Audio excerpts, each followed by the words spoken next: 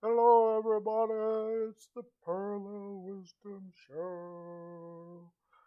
And we got a big trade in the land. I'll wait for people to come in and we'll take a look at that trade. Um, it's interesting.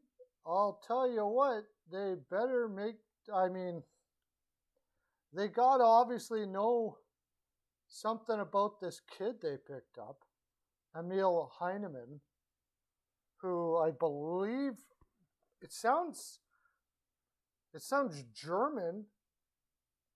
Let me look it up. I had it up here.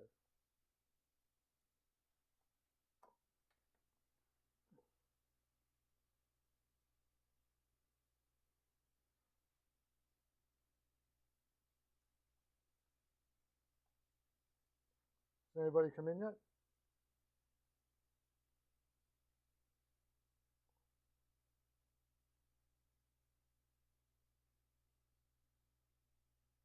There we go. There we go. Everybody must be all hung over from the Super Bowl last night. How's it going, everybody? Okay, so we had the trade. It's I'm gonna bring it up on my chat here so I can see ya.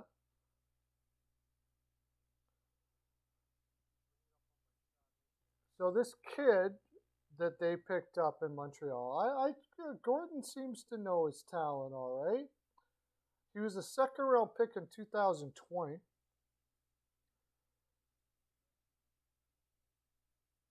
Second round pick in 2020. He's put up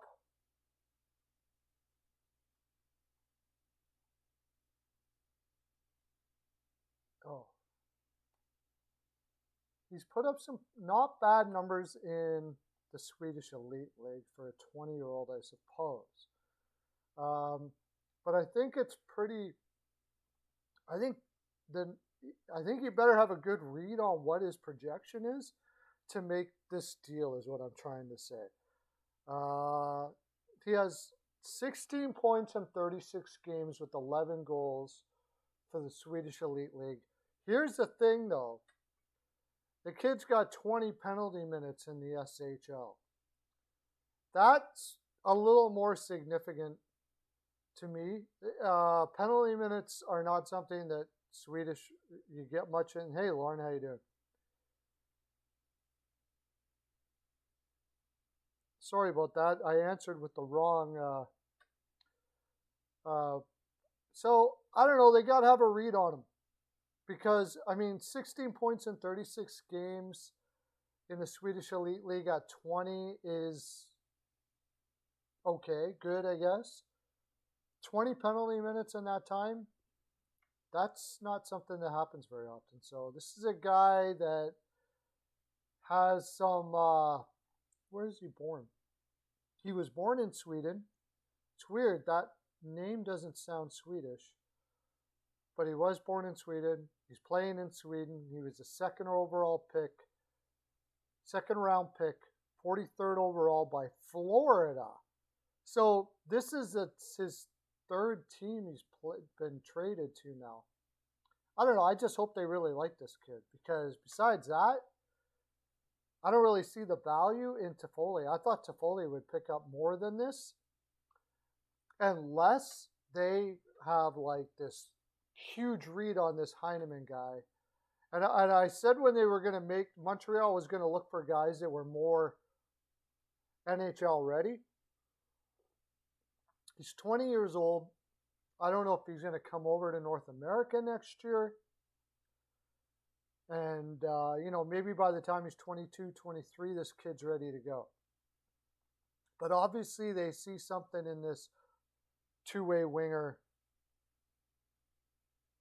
Yeah, hit that like button if you're a hockey fan. Obviously, they see something big in him because I just cannot believe there wasn't more on the table out here, or at least a bigger name. And maybe there were other offers that would look better to us, but they are just huge on this Heinemann guy. I have to figure that because Calgary is going to be a late first. That's going to be a late first round pick.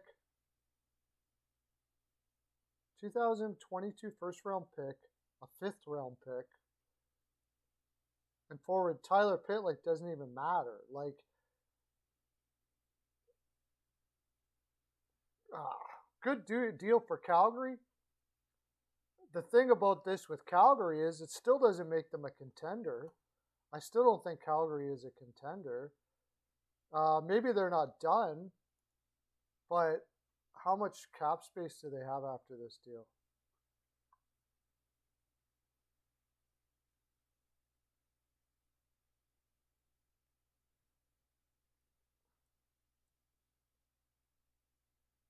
They got like $500,000 cap space after that deal, and they could deal some players.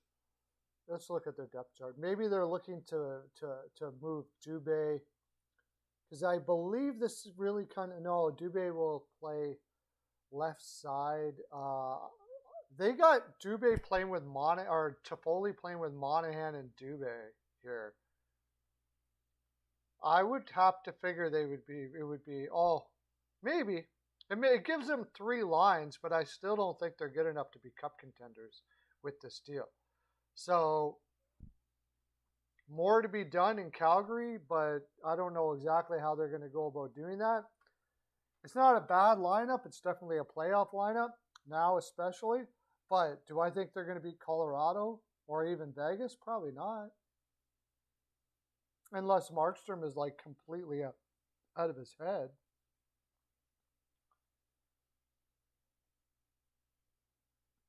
I think that's too much Hockey News reports, but somebody will probably pay something like that. Like, you think about what Kostin, a first, and what did you say?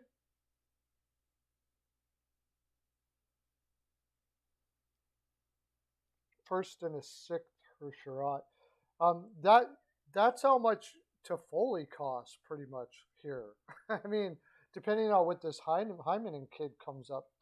I don't know. I'm not a big Sherratt guy, but here's the thing about the Sherratt deal. If you think he's a shutdown defenseman that's going to give you incredible value defensively, and he's big and he's going to hurt people in the playoffs, then that deal is a good deal. I don't believe that he is. I don't. He's analytically, he's not very good defensively. He will wear down the opposition in the defensive zone, and there is value in that, no doubt about it. Would I give up Kostin, a first and a 6th for that? No, I wouldn't. No.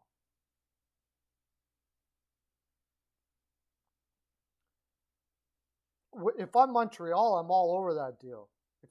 I like Kostin a lot. I still think he has offensive upside.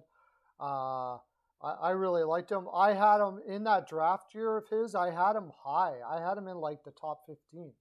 And I think if you look at that draft year, wasn't a bad pick. But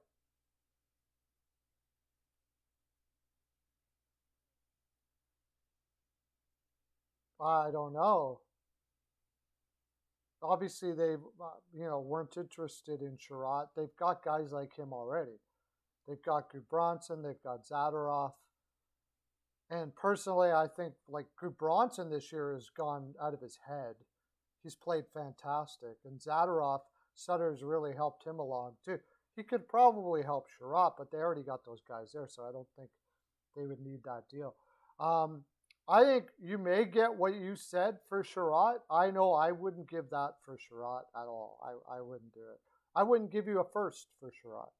So, but I'm not the general managers in the league, am I? So, Jack Eichel will play on Wednesday. Wow. Holy, look at that. Good. It's so unfortunate that Stone have to go on the IR like that, though, isn't it? Oh, my gosh. Yeah, so unfortunate that Stone had to get that terrible injury, lingering injury, take care of that. It's terrible.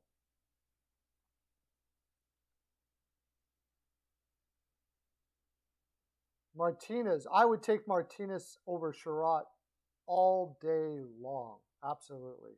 Taves got 2 seconds.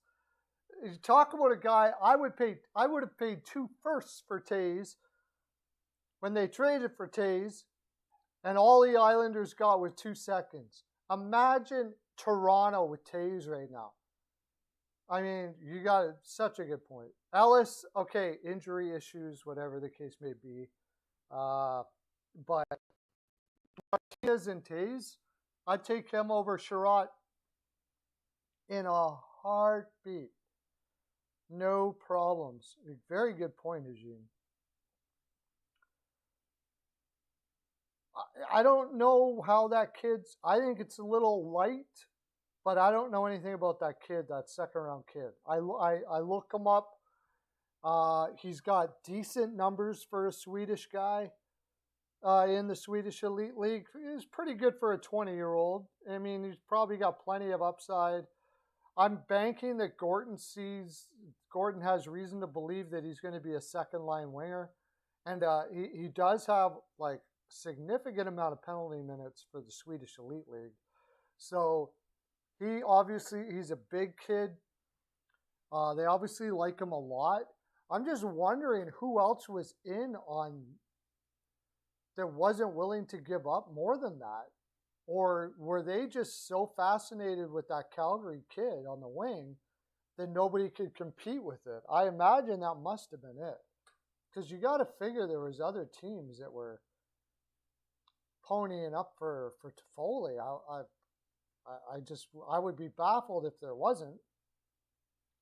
But they weren't willing to give up a better prospect than that kid? Or just simply that kid is so huge to Montreal beyond what we would know. Something like that.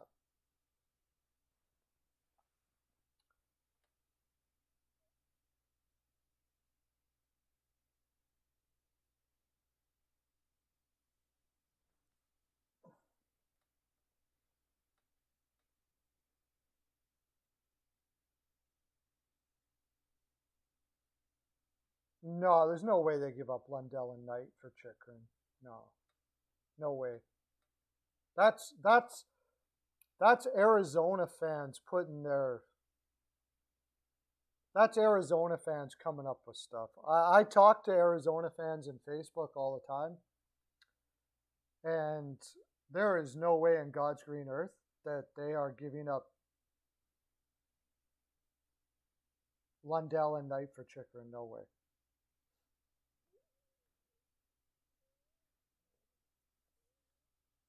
I could see, because they picked up that one prospect, I could see maybe them trading Knights straight across for Chychrun, because they picked up that one goaltender. If they're really huge on him, what was his name again?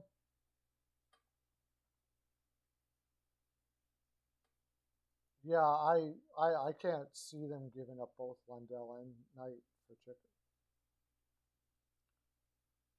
What was that? They picked up a guy that I think the Leafs were like all over this kid, and I really don't understand, which kind of perked up my ears a little bit.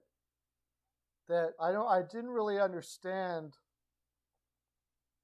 why he went to Florida with Bobrovsky and Spencer Knight already there.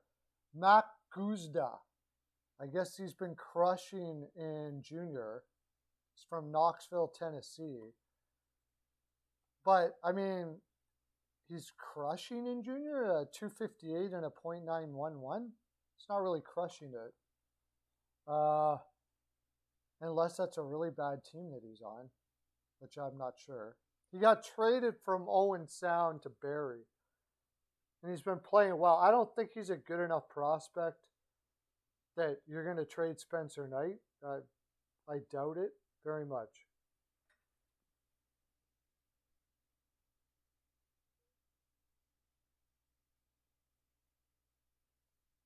Gordon seems to like European players, yeah.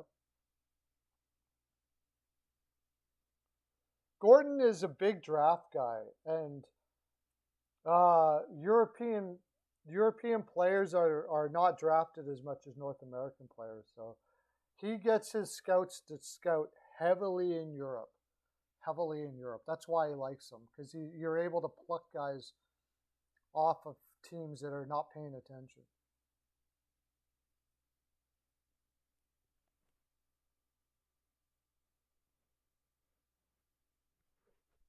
Seattle's first pick up before the draft. Luke Henman. Who is that? Thoughts on Montreal? Okay, well, that's what we were just talking about is the Montreal Calgary trade. It all depends on what that kid, Swedish kid, is like. I don't know. It seems they must have a real like love affair with that kid because otherwise Calgary won the deal, no doubt about it. I can't believe you couldn't get more than that for a guy who signed at a reasonable contract for a 30 to 40 goal scorer. I just with term like unless the term was the problem, that there were too many teams that didn't want to take on the term. I don't know.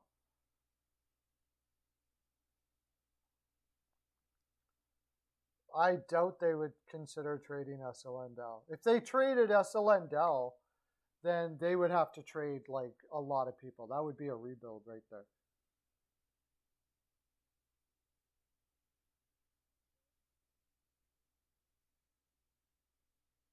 Oh, okay. Well, it's the same. Yeah, it was. He was like a basically a you know low level prospect probably something like that. Same as I can't remember the guy's name for Vegas, but he also had no chance of making it to the NHL.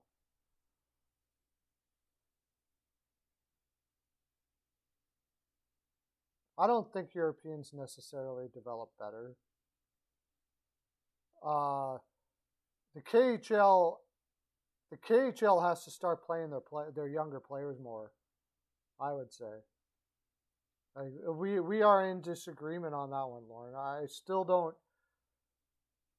It would be better if they had the AHL rule in play for sure, no doubt about it. But I mean, players still develop well North in North America in junior. Skinner starting tonight. Oh no. Well, I still say the Oilers win.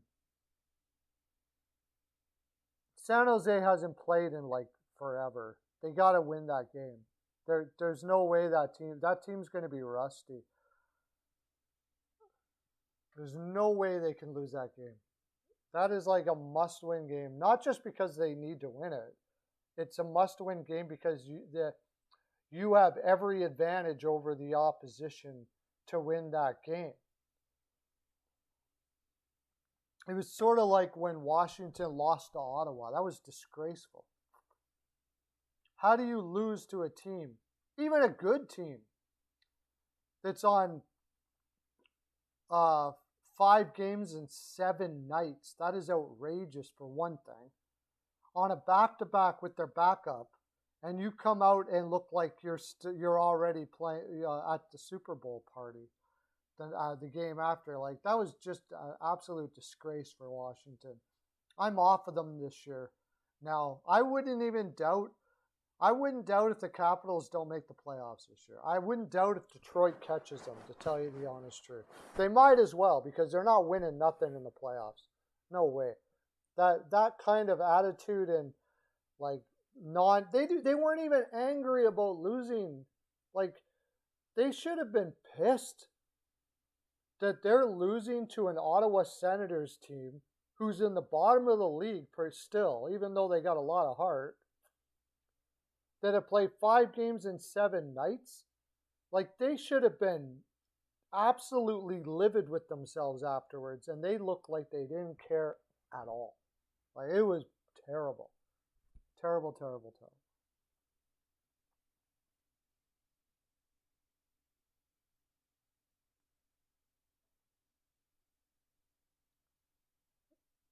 Yeah, the problem is if you didn't have the AHL rule, you wouldn't have a CHL.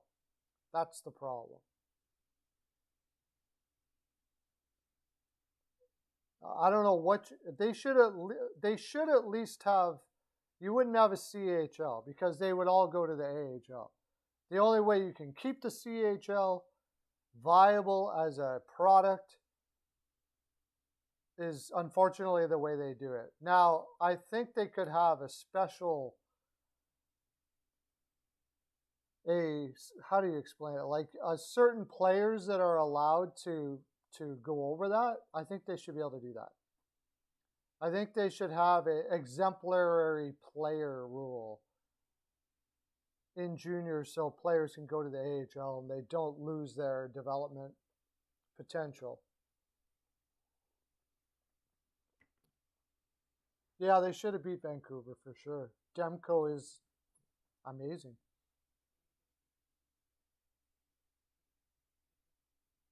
Now there's a lot of junior players that are ready for the AHL. And you're not going to be able to keep a competitive product in junior if you did that, honestly. You're just not. People aren't going to show up. I don't think.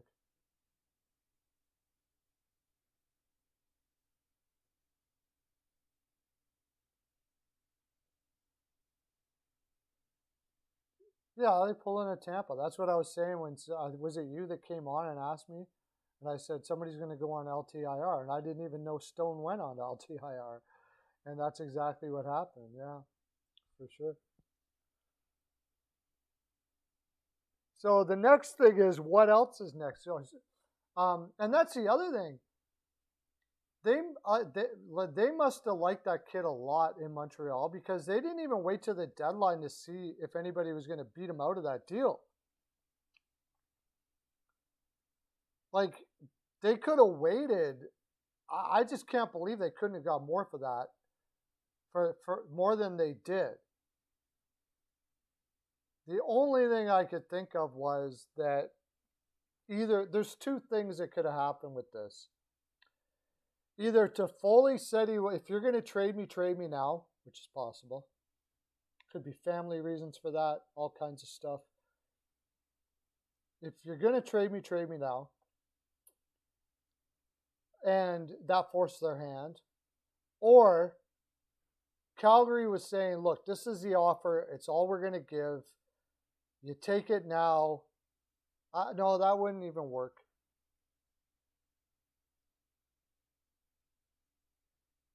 But for some reason, they thought they were going to lose this deal with Calgary, and they really wanted this kid. I think that's the only thing that makes sense.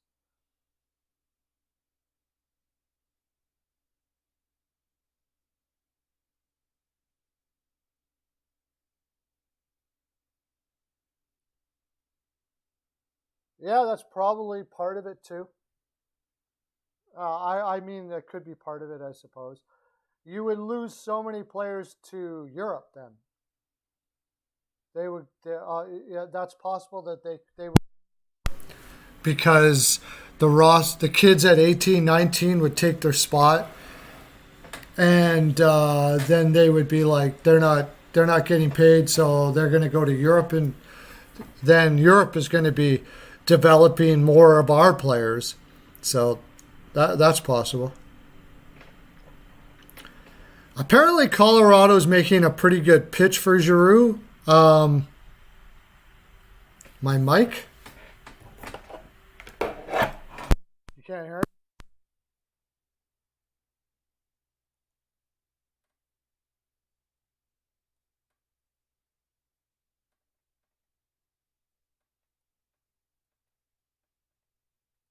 Hello? Yeah, you should be able to hear me all right. Can you hear me now?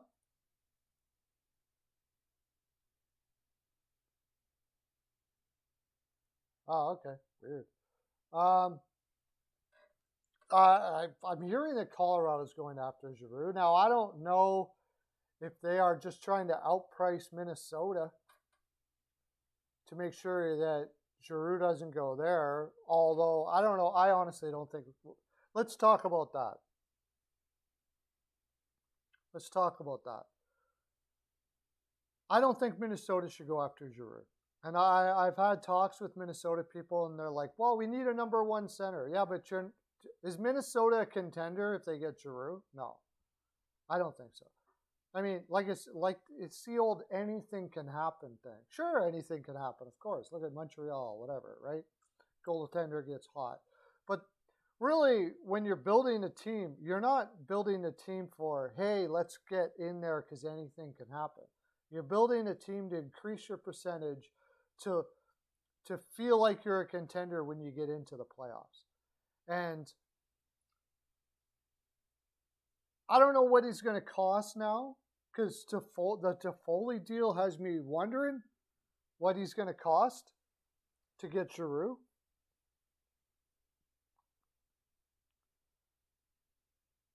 To get Giroux. But I wouldn't even want to give up a first, because I simply don't think that Minnesota's any more of a contender if they get Giroux this year. And they're not going to be able to re-sign him. So you're getting a rental, and you're not really making yourself a contender in doing it. Doesn't make any sense.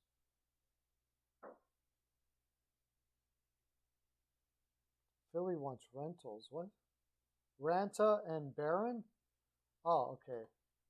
That's who you're... I don't know why you want Ranta, honestly. He's okay. I think Colorado is offering Ranta and Barron. I think Colorado is offering Ranta and Barron. Unless you're like crazy high on Barron. Let me bring up Colorado here for a sec.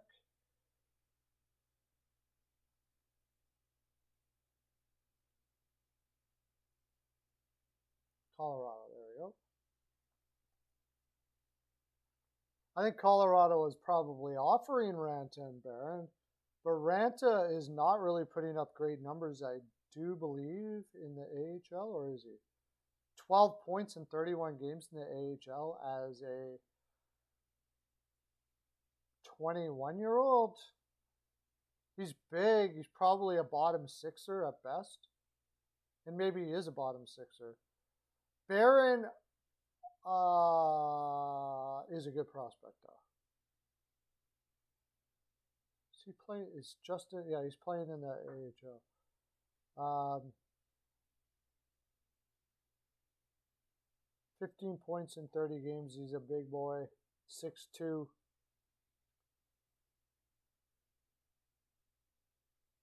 Years old. Yeah, it's a pretty darn good prospect. I could see them wanting Barron for sure. And I could see Colorado. I think it would. I could see Colorado being willing to give that up because they have a lot of depth. They can have Ranta for Hart. I think Barron, Ranta, and a second maybe. Something like that. That makes sense. They don't have a first to give, so. If it's just Barron and Ranta, I don't know. You better like that kid, man. You better like that Barron kid. I do like him. I think he's going to be okay. I think he's going to be a solid defenseman. So, and they sure need that. The thing is you're giving up a legend, but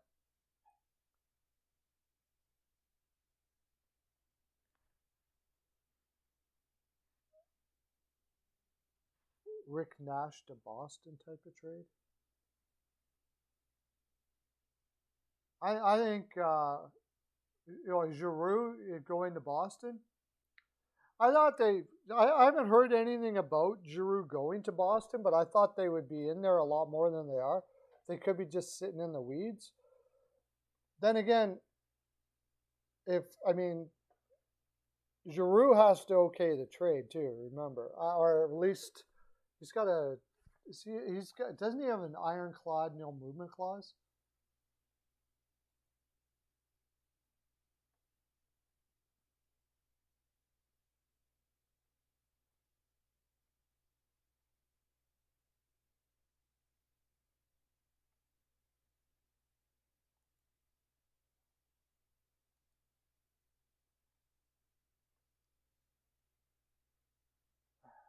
think he's got an ironclad NMC. Yeah, he's got an ironclad NMC, so he has to okay wherever he goes.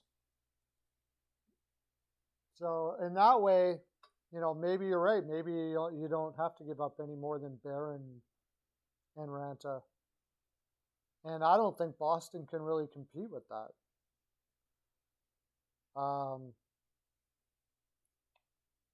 Unless they feel they can re-sign him. But he's not going to get an 8-year deal, so there's no reason for you to, you know, pick him up for the purpose of re-signing him. So I don't think Vakanainen, you're going to give up Vakanainen, Boston, for Giroux. Does that make you a contender? Does Giroux make Boston a contender this year? More so than Minnesota, I would say. But and you're going to give up youth when you know you got Marchand getting older, everybody getting older. I don't know. They're in a tough spot. I think if they're going to get anybody, they're going to get somebody with term. I'm thinking more Miller for Boston than Giroux. Miller's going to cost you more, though. So I think Sanheim's possible. Provorov, I doubt it very much. They love Provorov in Philly. Sanheim is possible. I just haven't even got a gauge on what they're planning on doing. My thinking is that what Philadelphia is going to do is they're going to trade older players like Giroux for as many picks as they can get. I wonder if they would think about Cam Atkinson too. James Van Riemsdyk has got 2 more years, possibly thinking, you know, I don't know if they want to buy him out. Justin Braun, maybe get a pick for him, like a lesser pick or something like that. And then they're gonna get as many picks as they can, and they're gonna go back into the free agent market and do it all over again. They're going to go back in the free agent market and try to be good again. Hey, Brian from Sports and Entertainment. How you doing, buddy?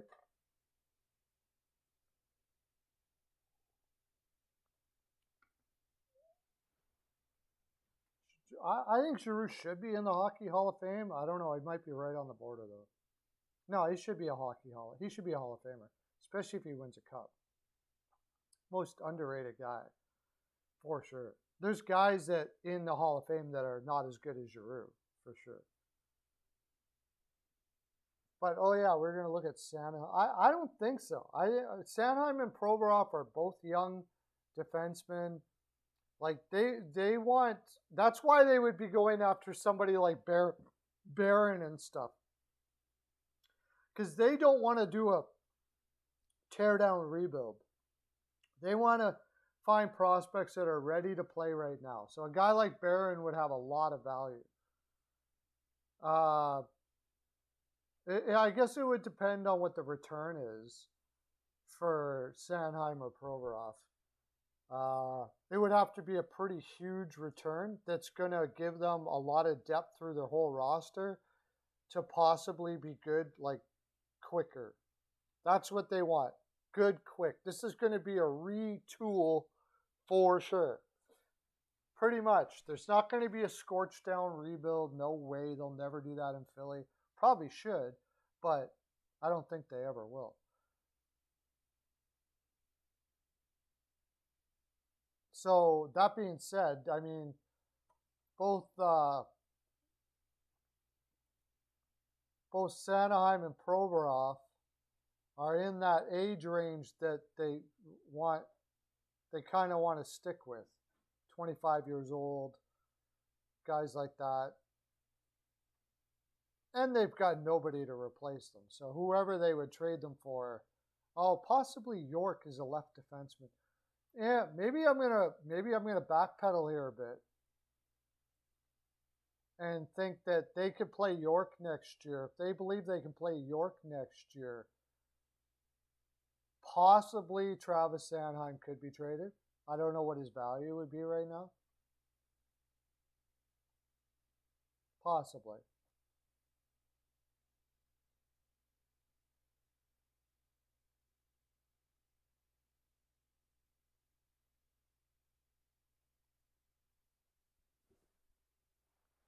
The good thing about if you've got somebody like York coming up, but do you want to be giving York top 4 minutes now, like right now already? So I think they'll keep Sanheim, and if York pushes him out of the spot, then maybe they'll trade him then. That's what I think. I think York will have to push him out of his spot. And if he's able to do that, then maybe.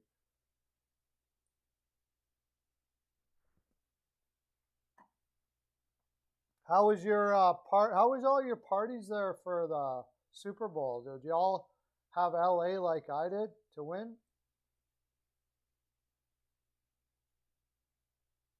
I had LA money line all day long.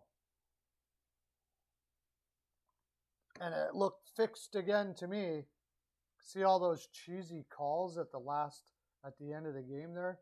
Holding and stuff like that? Man, oh man. But the league doesn't give a crap if Cincinnati wins. Like, you got as many Cincinnati fans as you're ever going to have there. If they win, I wouldn't even doubt that, a little bit of football stuff here. I mark this down, mark my words.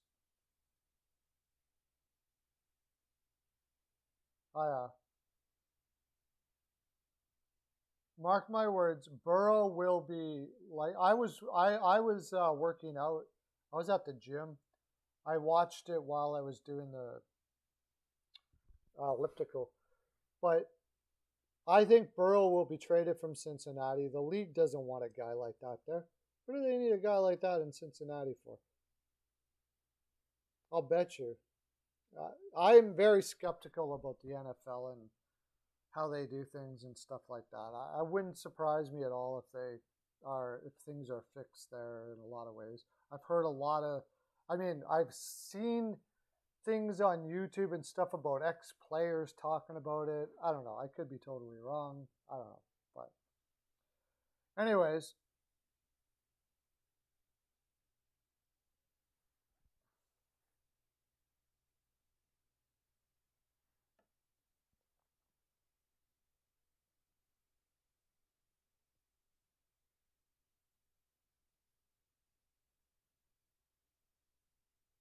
the Super Bowl is fixed. Okay. I would say all of it is.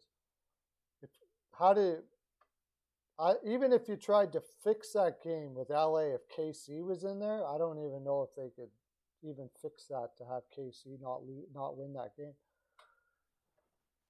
But apparently, Hurdle is going to stay in San Jose. Apparently, they're going to sign Hurdle to something in the 6.8 for 8 range or something like that, I heard. I think he's crazy. I think he's nuts. Although he's got a family, so it's not winning a cup isn't the only reason that you want to stay in a city. They love it there. The family loves it there. It's beautiful in San Jose, and you get lots of money. And if you lose, you get to go home to your big mansion and hang out in the sun all day. So, not the worst thing in the world. But for hockey reasons, I would not want to be staying there if I were him. I'd be looking to greener pastures. The future in that team does not look good.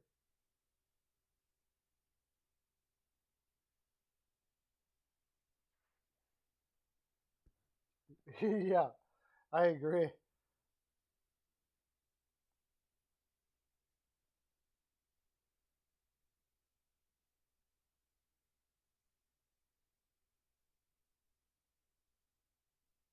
Yeah, I'm not an NFL fan. I mean, it's okay. I'm so consumed with hockey that I don't really pay attention to it.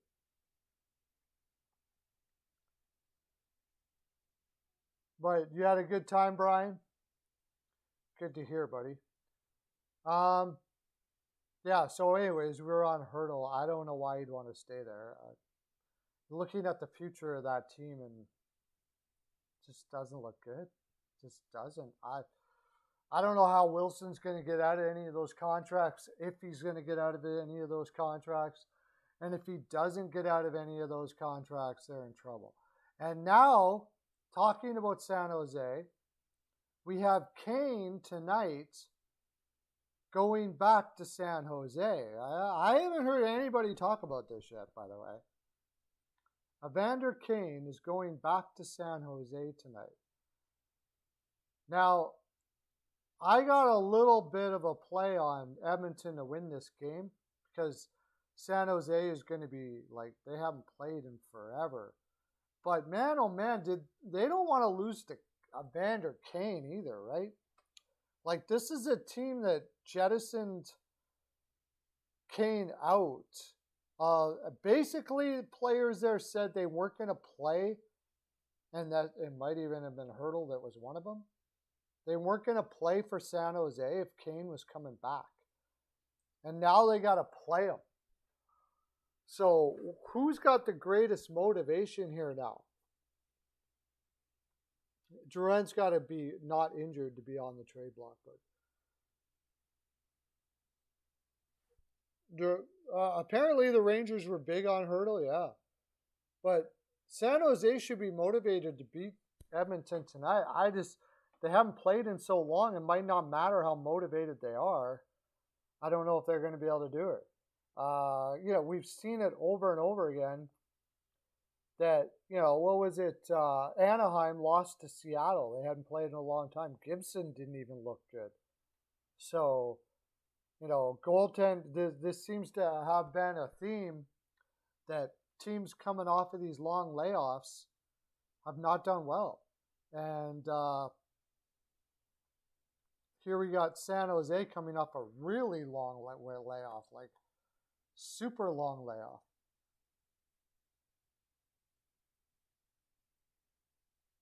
Trying to find it here. How long were they off for?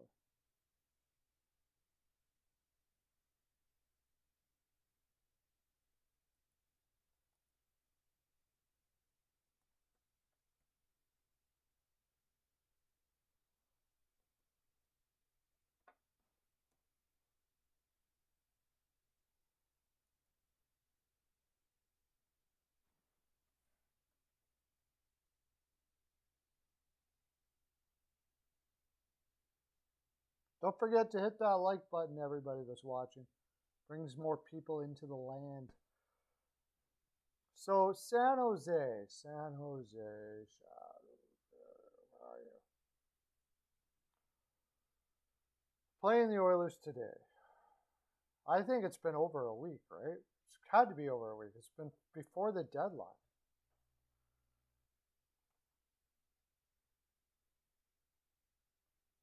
Oh, computer works so slow. Okay, it was before the deadline. So 1, 2, there's 5, 1, 2, 3, 4, 5, 5, 6.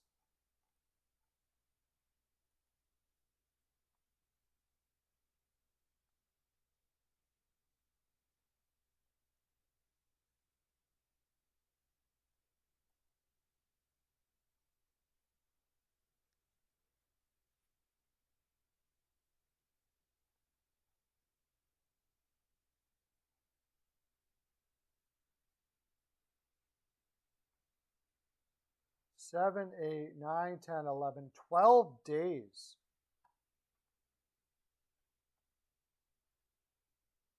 They haven't played for 12 days, San Jose.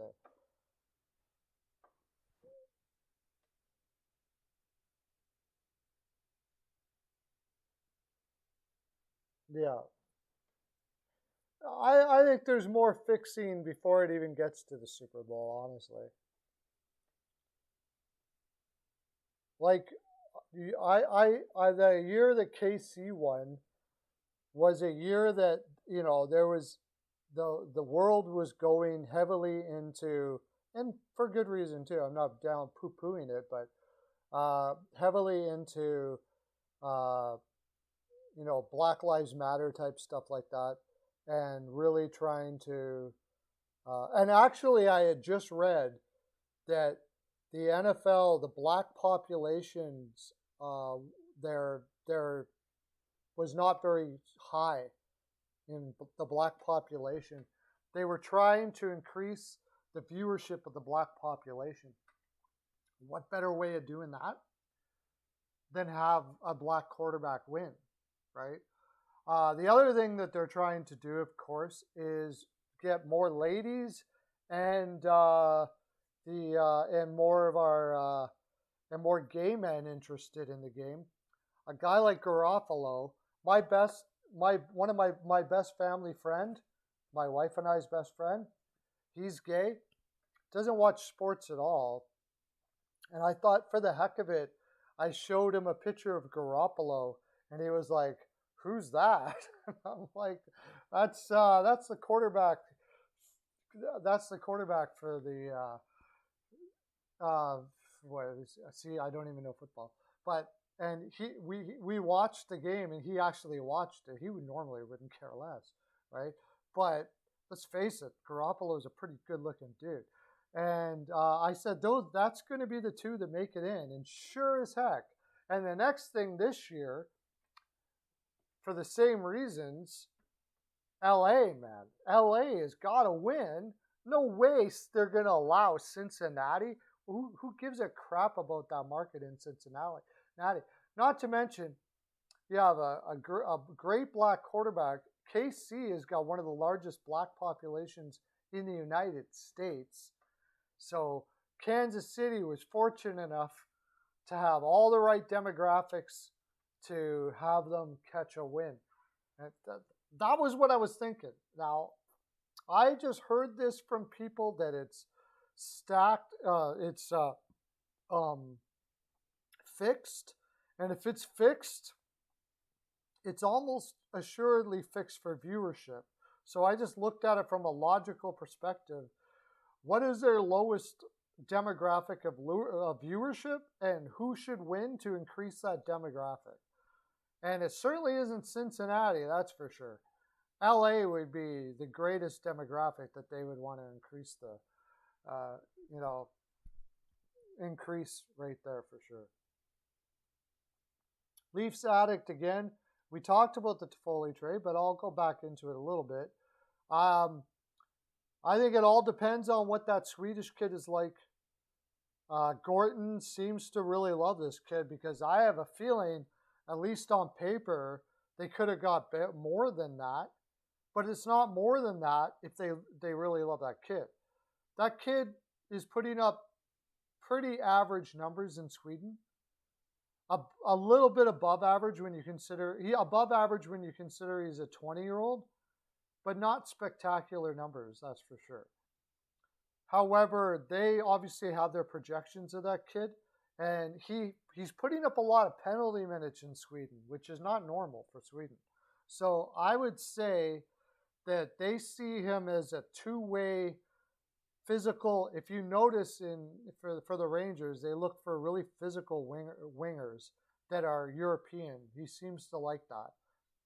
So I think he thinks he found a big physical winger that can put up some points there. And the first round pick, it's a later first round pick. Gordon seems to draft well. The fifth round pick don't matter, and Pitlick was just to make the money work. He's going to be a free agent at the end of the year, and he doesn't matter. I thought they could get a more known prospect than that, but if they really love that kid and they think he's going to be great, trade could look out really good. But when I first heard it, I was like, Nima Lion, who the heck is that? I don't even know who he is.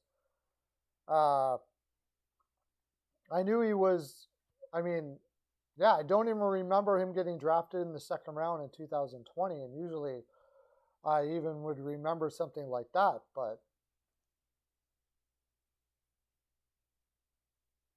so I think it's okay. we'll have to see. I just find it odd that they did it so early. I find it odd that they didn't have there. It's weird that a team didn't pony up more. The New York Rangers or somebody who Colorado probably wasn't in it. There might not have been as many people in it as I would have thought.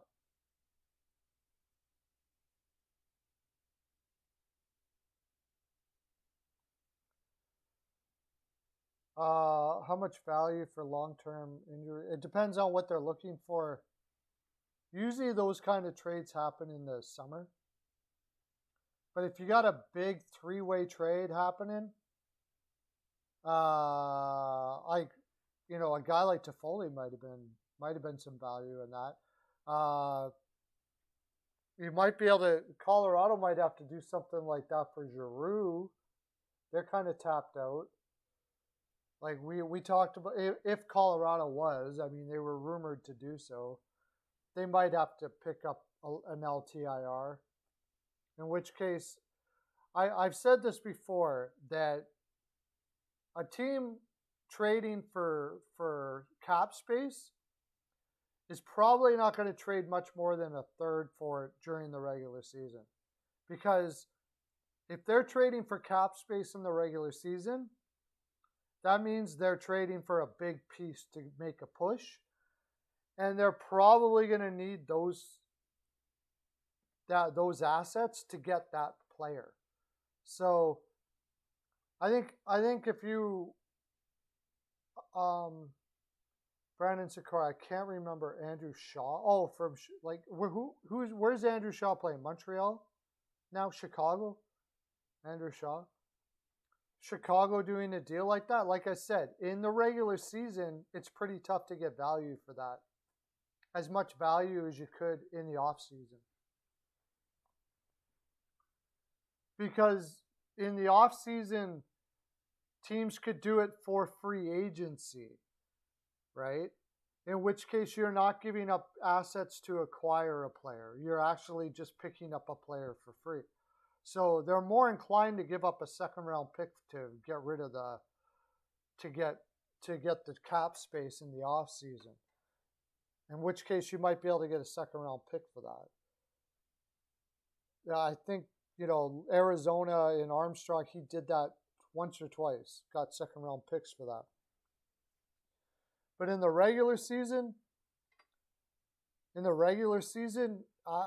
not too many teams are going to give you a second for cap space because they're going to need that pick to get the player that they're wanting to get.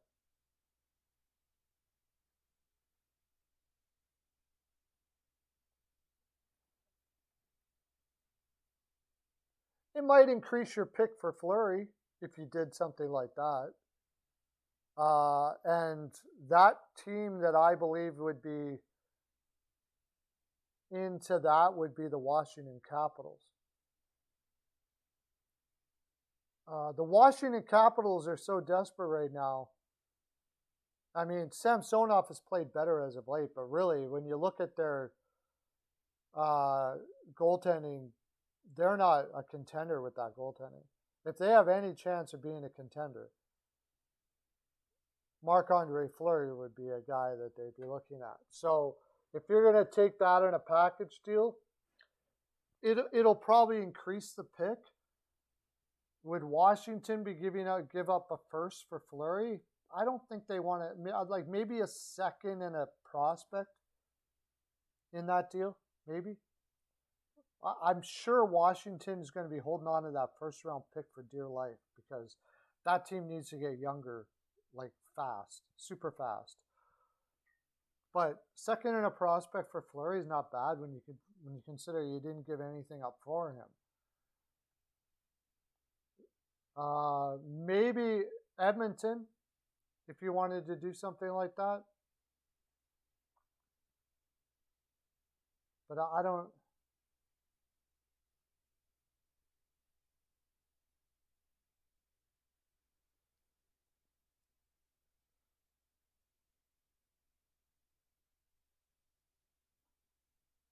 I heard Colorado wanted Fleury, but I'm not so sure about that. I did at one time, but Kemper has been getting better. Like, for instance, if you're going to trade,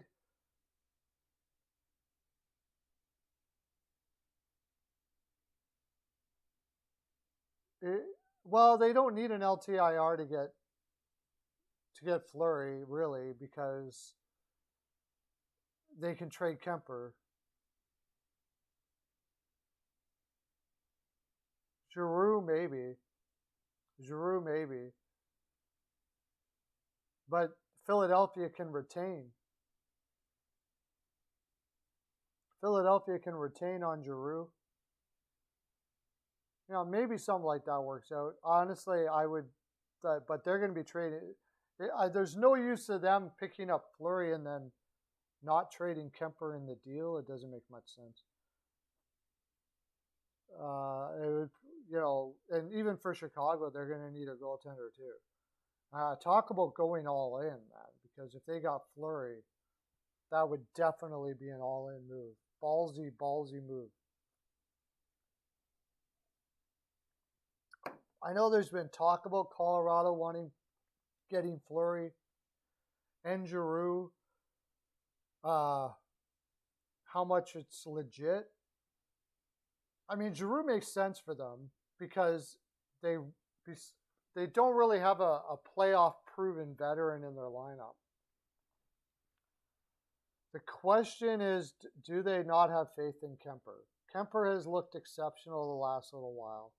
I think with Kemper playing as well as they are, they'll probably keep rolling with him.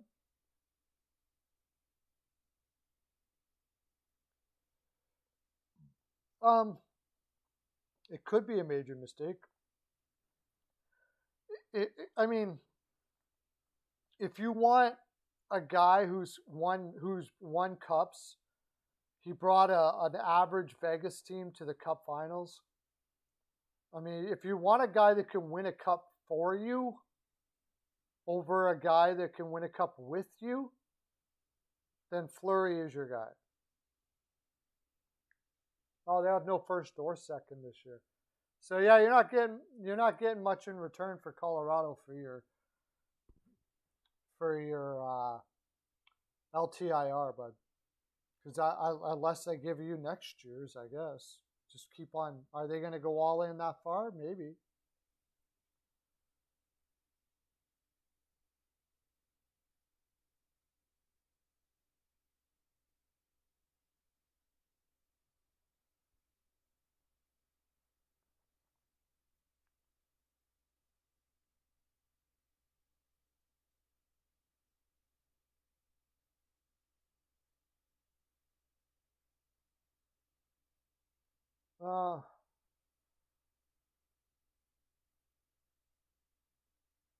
Fleury had a retained cap hit.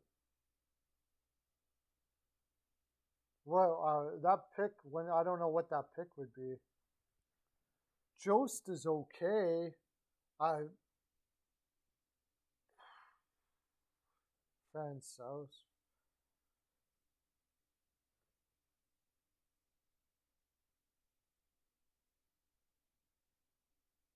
Maybe Philadelphia gives Chicago a draft pick so they can include it in the deal to trade Giroux. But what are they going to trade? They gave Francouz. And I heard the deal for Giroux was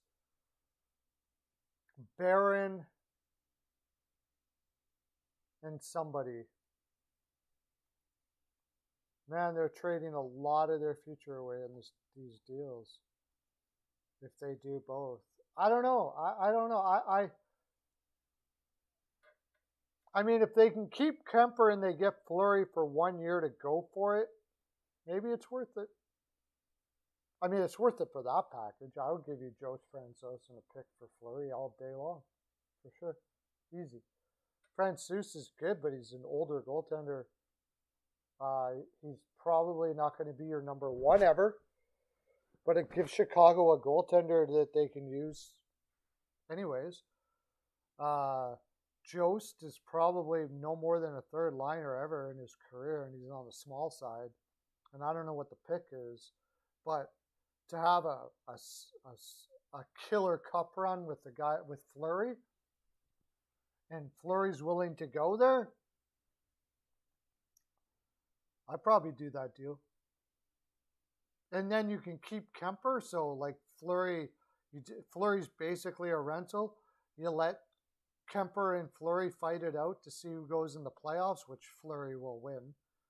And you pretty much gave yourself a cup. I don't know if anybody's been watching what Fleury's been doing in Chicago this year, but he's been amazing. Don't even look at his numbers, it doesn't matter. Chicago's team defense has been abysmal. They have left him out to dry over and over and over again. And it really doesn't have to do with their players on D, because they have a fairly solid. They got DeHaan, they got Murphy, they got McCabe. It's the forwards have been doing nothing to come back for them. Their forward defensive play has been absolutely disgraceful this year. And you just got a guy like Kane come out and promote Strome, saying that you see when you put him in the top 6, the production. Kane wouldn't understand forward defense if you drew him a map and hit him over the head with it. He doesn't have a clue. Strome's defensive play is absolutely disgraceful, and so is Kane's. And that team overall, I mean, DeBrincat's no stud in the defensive end. Who do they have that plays well defensively for a forward? None. If they can fit him in, I think the Leafs would do very well to get Connor Murphy for sure.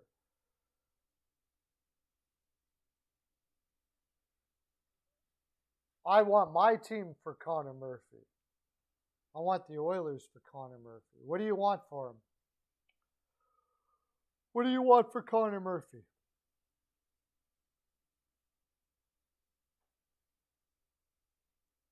But I think if I could get Fleury and I got Kemper to back him up at the same time, I mean, why not? Colorado's got a chance for a cup this year. Like a big chance. They've got the best defense in the league. Yes, better than Tampa Bay's and better than Carolina's. They've got a better top 6 defense, man-to-man top 6. Forget it. I'm not talking about systems or anything like that. Talent in their top 6 than anybody in the league this year. And then you've got one of the best, if not probably the best number 1 line in the NHL. Kadri putting up 100 points this year, going out of his head to get his contract maybe. I don't know, but it's working for this year. I mean, that team is stacked. So why not? Joe Sakic is sitting there going, why, fill out every hole we can and give ourselves the absolute best chance for a cup this year. And if they can find a way to get Giroux and Fleury, I mean, if they get Giroux and Fleury, it would be a mass disappointment if they didn't win the cup. Like a mass disappointment.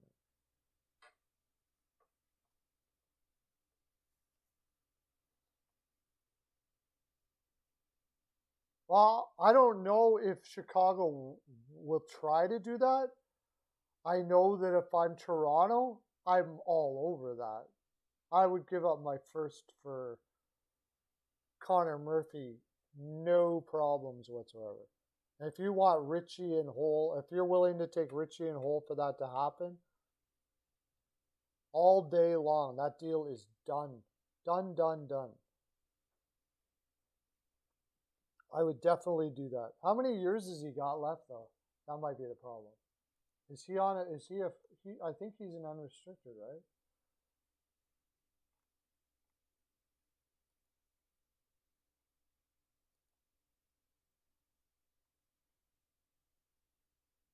Oh, he's got till 2026. But it's only 3.8 million. How would that work for Toronto in the long term?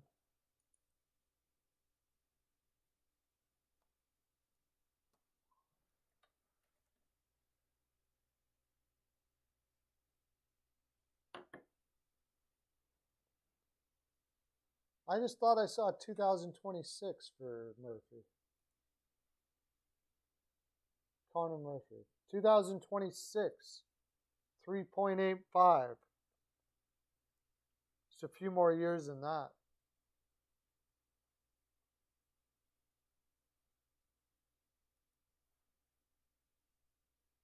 I think Toronto could find a way to fit it in, though.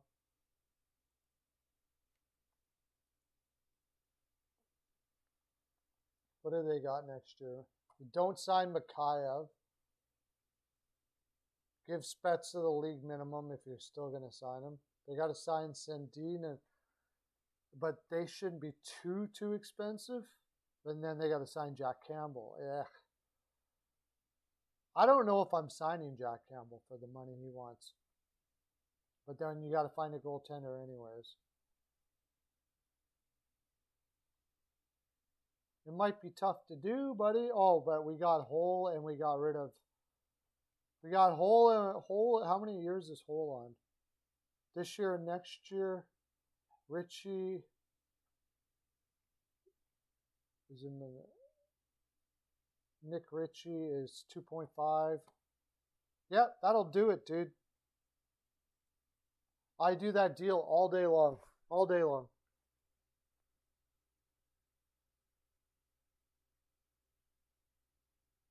No, he's 2026, 3.8 million until 2026 for Murphy. I do that deal all day long, dude. Easy. I give you Hole, Richie, and a first, and you give me Murphy. Done deal. I would, like, you barely get it out of your mouth. I would be like calling up my other GM friends and saying, guess what I just did? I got one of the most underrated defensive defensemen in the league and got rid of Hole and Ritchie, and all I had to do was give up a first. Woo! Oh, yes, buddy, I'll take that all day long. You can play around with Hole there for however long you want to play with it.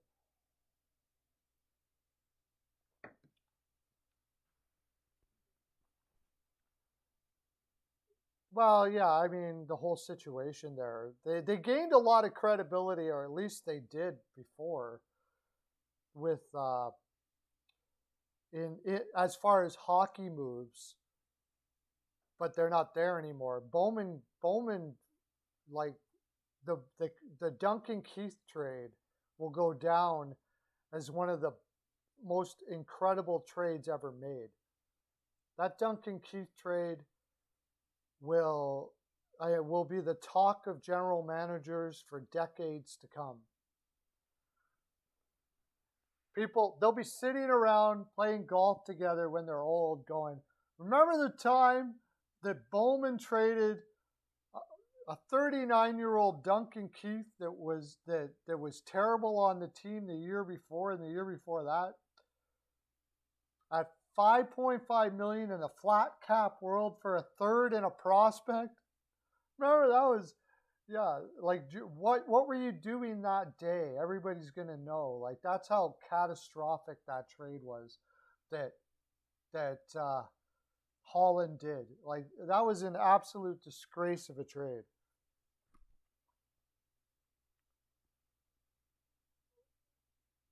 That was unbelievable. And then he gets fired because of whatever the situation was. But he will always have that.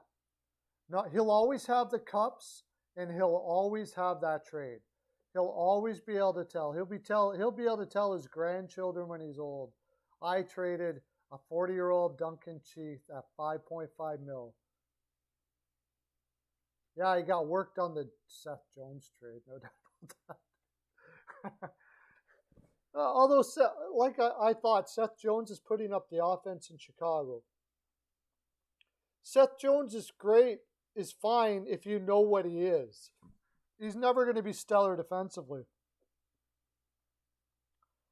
But as that team builds, he's a point-to-game defenseman. It's still not a horrible trade. It's not like Duncan Keith trade. Oh, do I remember the Brendan Manning trade. That was the trade that did Chiarelli in, believe it or not. That was the final straw.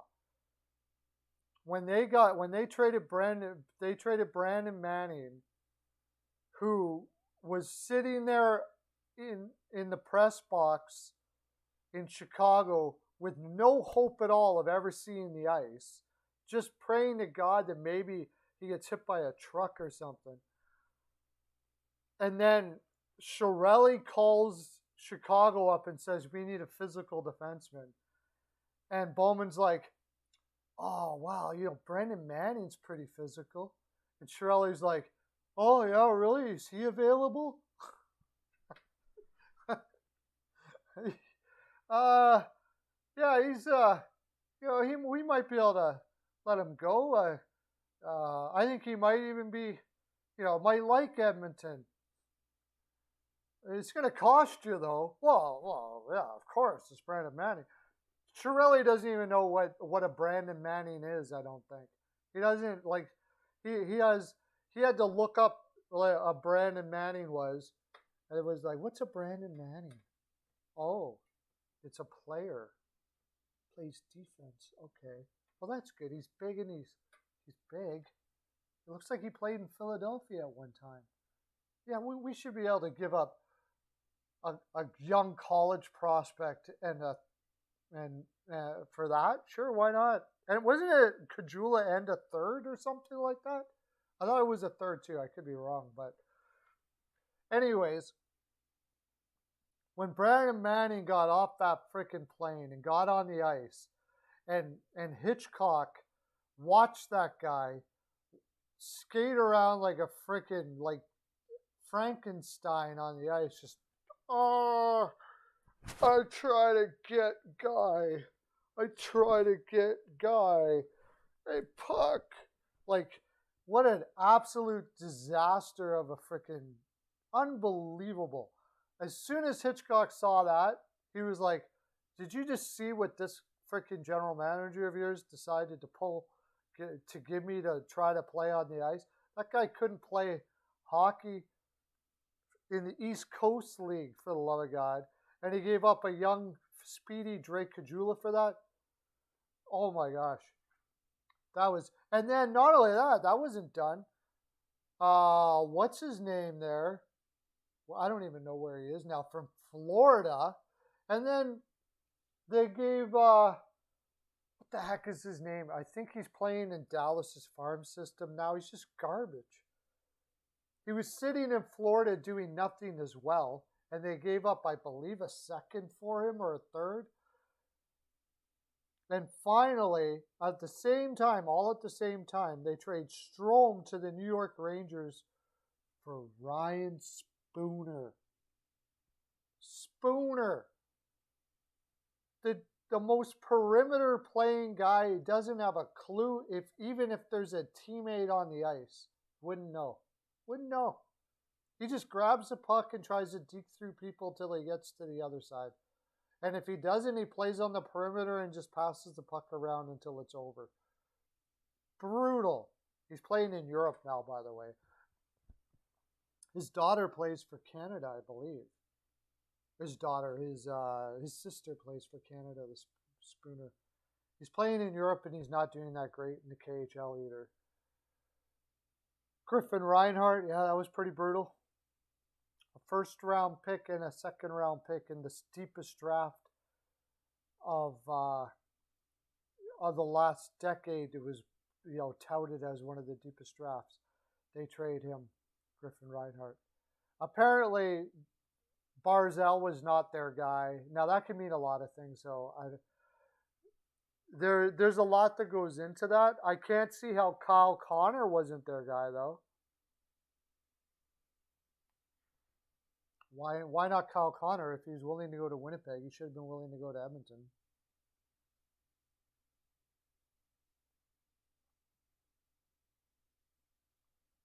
Yeah. Now, Barzal apparently had a short list to his agent that he was willing to go to. But still. And Edmonton wasn't on there. And neither was Boston.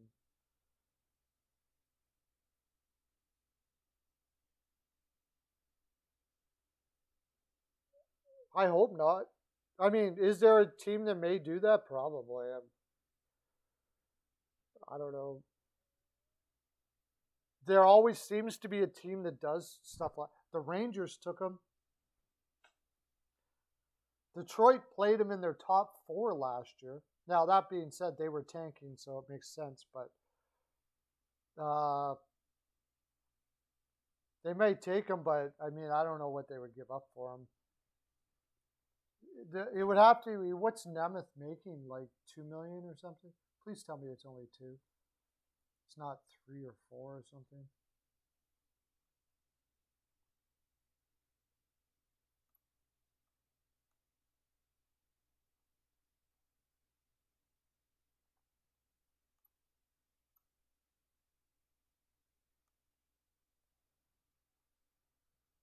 Where are the Rangers here? Lots of cap space for the Rangers. He's getting 2.5 for 2 more years.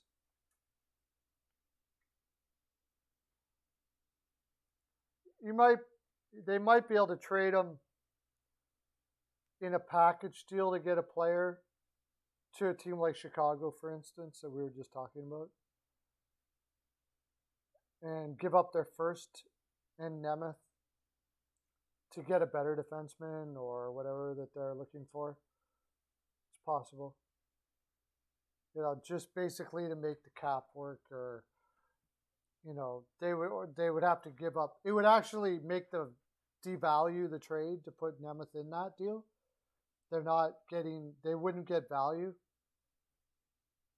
They would be doing it to get rid of Nemeth's contract. So, I mean, they could staple a third or something like that to Arizona to get rid of him, or staple a fourth or fifth even maybe to get rid of that contract so they have more room. But I would say, since Brian Benning is no longer in the league anymore, I don't think there's any general manager out there, I would doubt, that would actually see value in Nemeth. So you would have to be using him in a package deal, and in doing so, it's going to cost you more in the deal, more for you. But I doubt anybody's going to actually give a pick at all.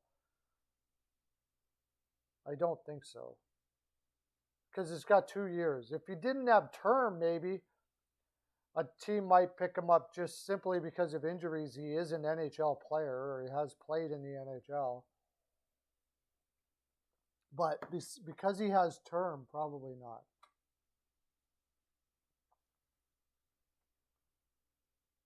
I won't say suffocating him. You just paste him to the freaking bench and let your young players play. I don't think he's suffocating them. There's no reason why they have to play him. Just put him there's no taxi squad now, but send him down.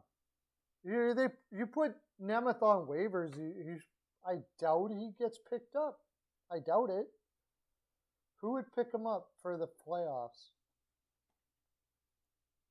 Oh, that has cap space to do that sort of thing.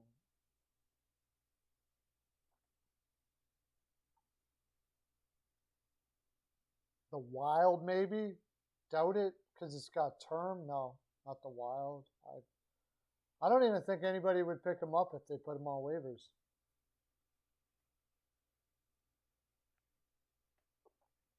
So he may be suffocating your D, but that's because they're playing them over their young players. The Rangers are wanting their young players to, take their time to make it into the NHL, and Nemeth is there for that reason.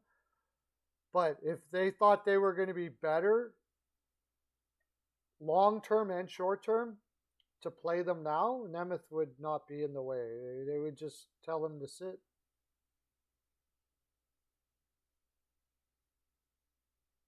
Chicago would take him for DeHaan. Done.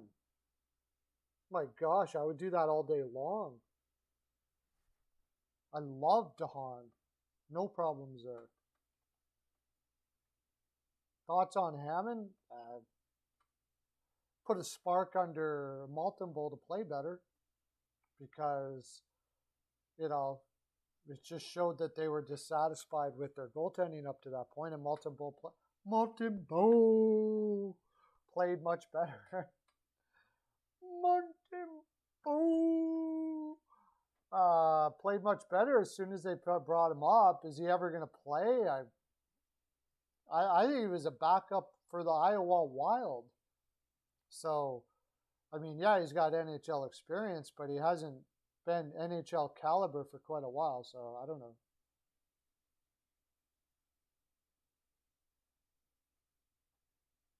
I would take that all day long. I'll give you up a pick for that too, yeah.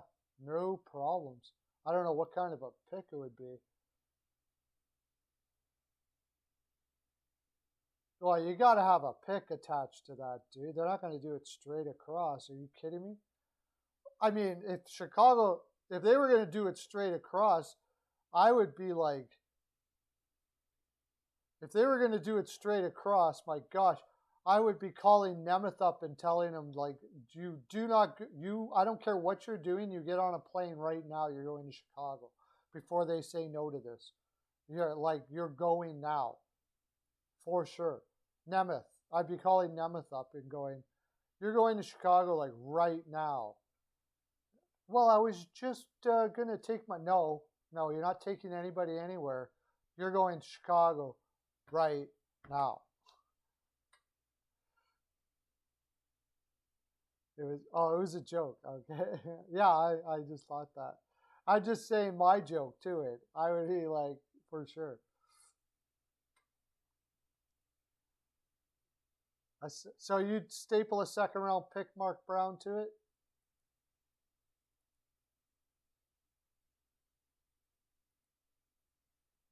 You're going to staple a second round pick to it? Let's get her done. Let's get her done. Second round pick. Mark Brown, are you in there or what?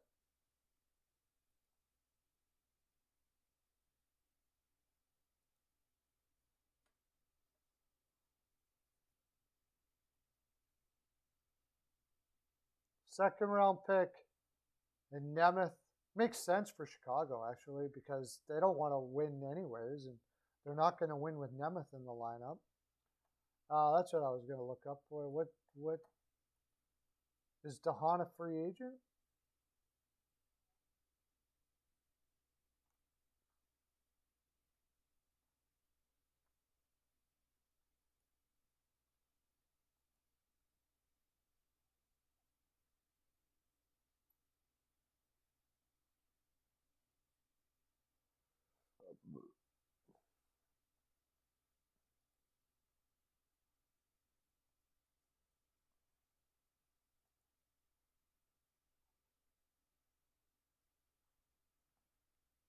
Yeah, he's a free agent too. So it'd be a rental. All day long. I do that all day long. Okay. No, it's a second or nothing, dude. You're giving up a second. We're taking Nemeth from you. You're giving up a second for sure. Right, Brandon Sikora? It's a second. Second round pick. No way.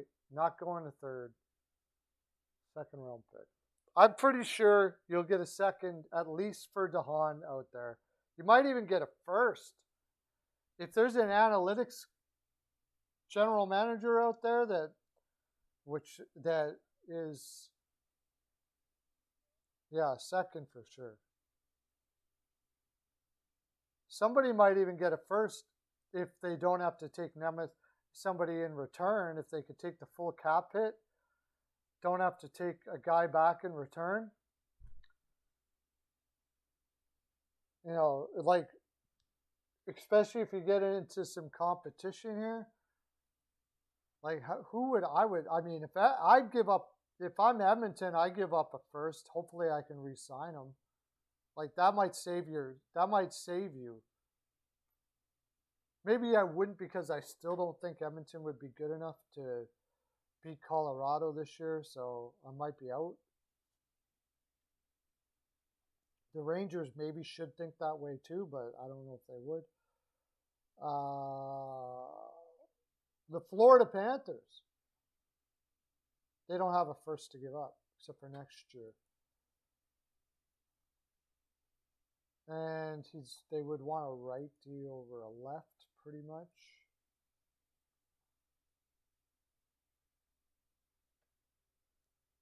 The Winnipeg Jets, does he have a no-trade clause?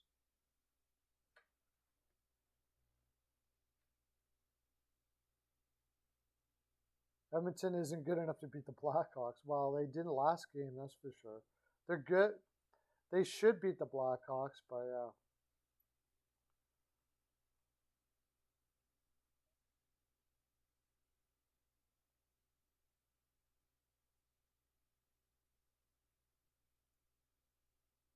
Okay, he doesn't have a no-trade clause at all. So he could go anywhere. He's got a cap hit of 4.5. I think you're going to get a first for him, dude.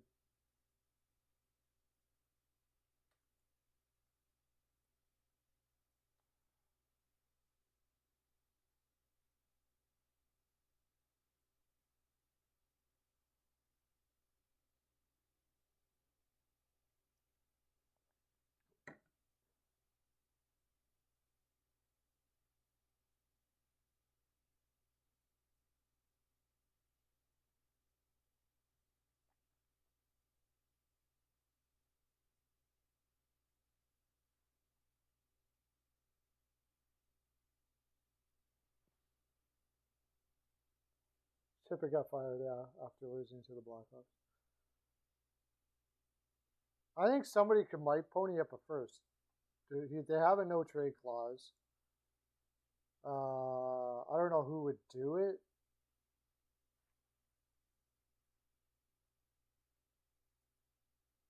But somebody just might.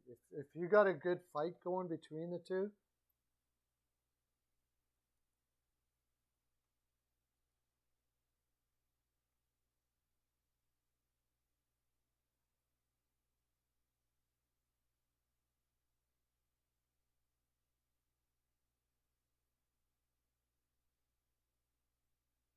Where is he from? He's from the United States too. He's from Ohio. I wonder if he would go back to Columbus. I don't know. Columbus probably wouldn't trade for him.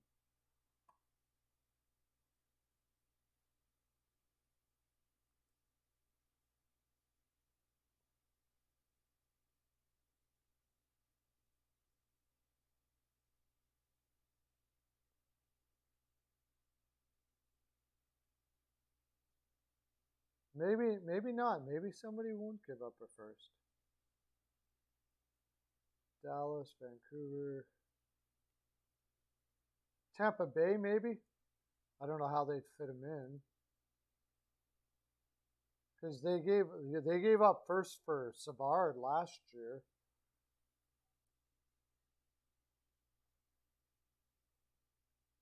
But he's a left defenseman. They got Sergachev, McDonough, and Hedman already there. Unless one of them gets injured, I think he'd be looking for a right defenseman, not a left.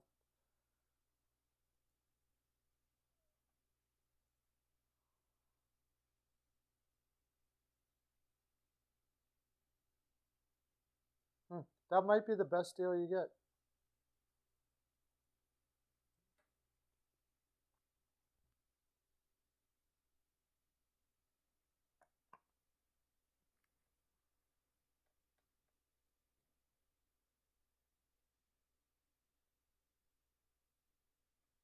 The Rangers are out. Nemeth has a modified no trade clause, which is ridiculous. But what I mean, yeah, I suppose he wouldn't go to Chicago now, would he? Yeah. I suppose he wouldn't go to Chicago.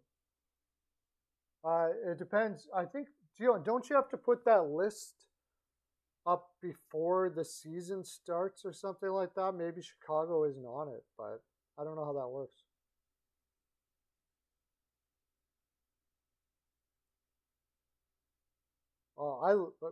DeHaan's analytics are unbelievable, Brandon. if there's an analytics guy out there, somebody might end up paying a first for it. Defenseman, he's a top 4 defenseman with great analytics, and it's the playoff. Like you're grabbing a guy for the playoffs. There's not too many defensemen available out there. I think it's possible. I don't think it's going to happen, but I think it's slightly possible. Like Edmonton wouldn't do it because they have no analytics team there at all, so they're not going to do it. And as I looked at it, I don't think there's too many people looking for a lefty. Yeah, I think they'll just stick with Gudas. I think they would just stick with Gudas. I think Florida has pretty much got Chychrun wrapped up.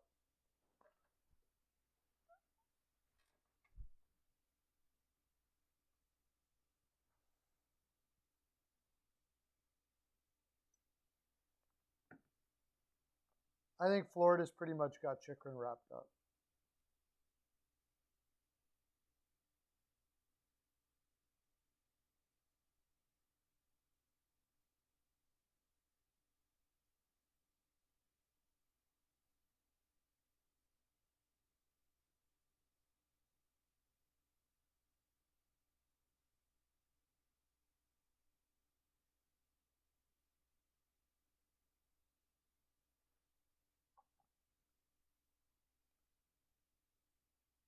Yeah, I thought about Los Angeles. The thing is about they're not giving you a first, though.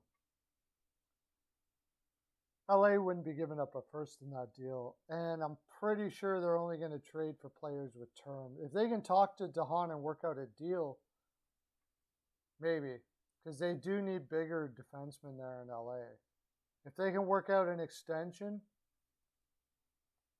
they might give you something. They certainly wouldn't give a first, though, because that'll be a mid-round first.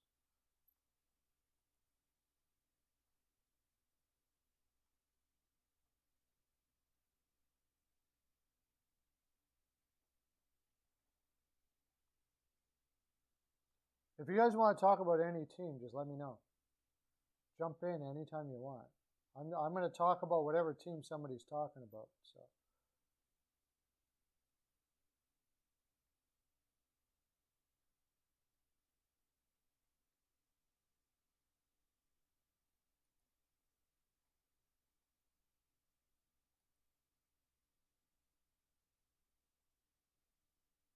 Oh, talk about Yote's new arena deal. I don't get it.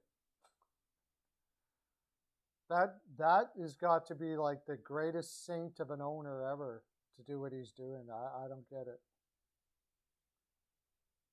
TJ Miller. Are you talking about TJ Miller?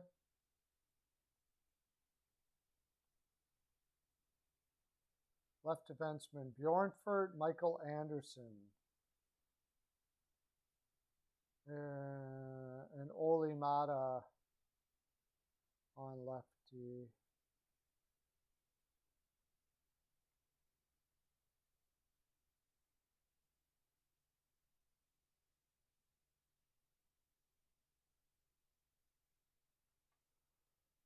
I think LA might maybe give up a second. I don't think they're going to be too. LA is going to be like too out there trying to add. They're not. They got to know they're not contenders. So, but I mean, if they were able to talk to him, possibly with term. But I mean, they got Anderson there. They got Oli Mata, who they don't really need, but they also really don't need to replace him all that badly right now. So.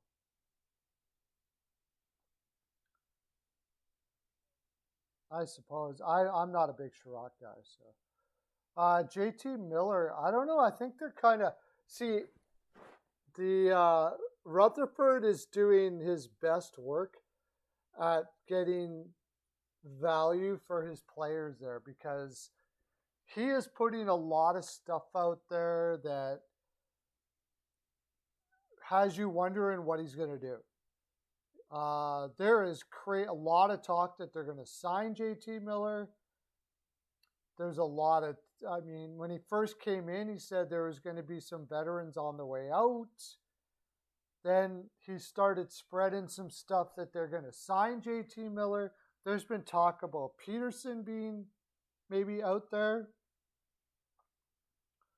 But if he were to be traded, I brought this up before, it would, I don't think he's going to go back to the New York.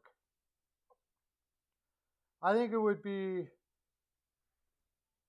possible, it would be between Boston and Carolina. And I think Carolina, if they really wanted him, would get him because they've got all those ex-Rangers there. They have they have more than Boston does to pony up for the deal, too.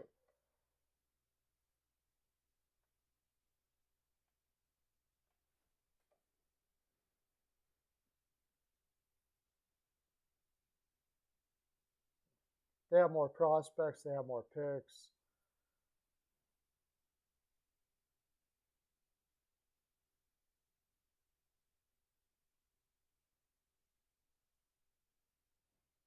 Brandon Rowe, yes.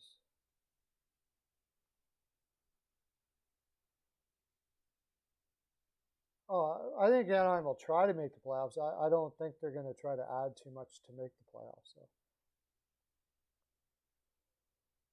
I don't think so. Anyways, I wouldn't. I mean, I wouldn't. I wouldn't be trading picks and stuff to add players to do something in the playoffs this year. I think they'll try to make in the sense that the players on the ice will try to make the playoffs, but I mean, I don't think they're going to try to add to be. They're not a contender. That's just the way I look at it. If I was a general manager, I don't do the like anything can happen if you get there nonsense. I want my team to be eventually a dynasty. That's the goal, to be eventually a dynasty. And if you're not to the point where you're a dynasty yet, or can be a dynasty now, I'm not throwing a whole bunch at it.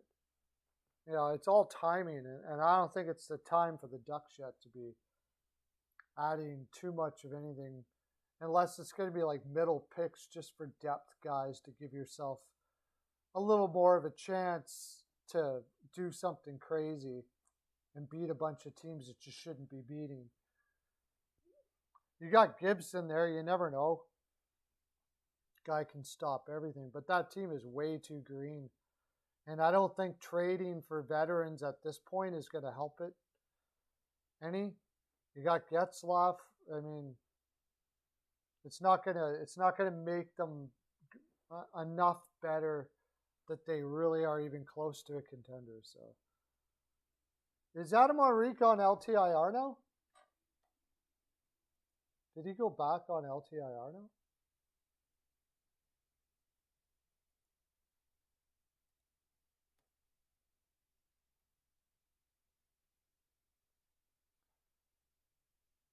Wow, Wednesday, everybody's going to be watching that, eh? Eichel playing Wednesday. Crazy.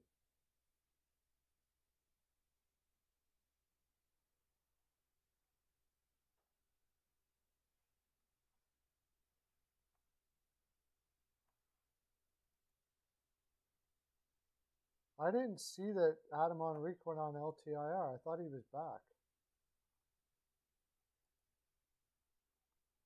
Shows you. That's why I do this. Adam Henrique is not on LTIR. He's in the lineup. He's playing on a line with Ryan Getzlaf and Troy Terry.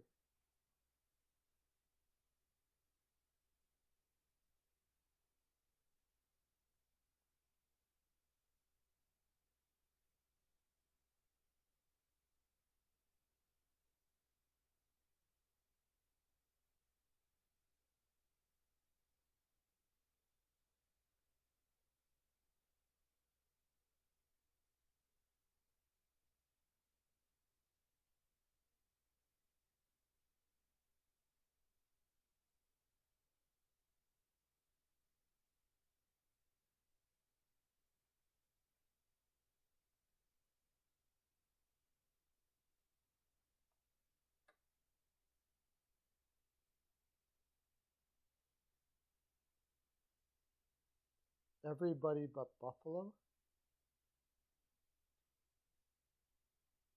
Everybody but Buffalo what? Sorry, I missed that.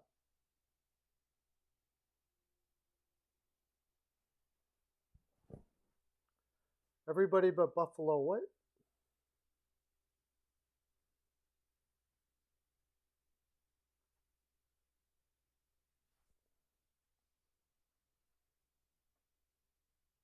I'm going to do a really quick who's going to win tonight. Everybody but Buffalo will be watching, yeah.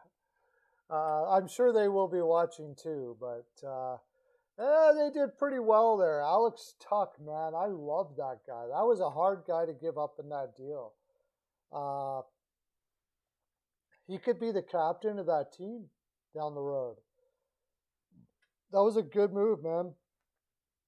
Considering the leverage they had, getting Alex Tuck was fantastic. Considering the leverage they had, I think getting Alex Tuck was fantastic.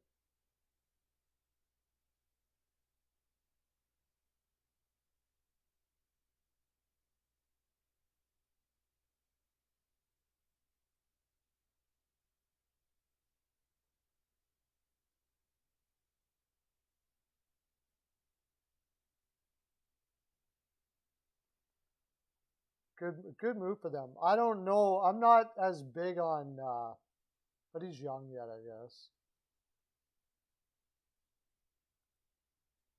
And that was one of the players that they desperately wanted, but can't say I'm as huge of a fan as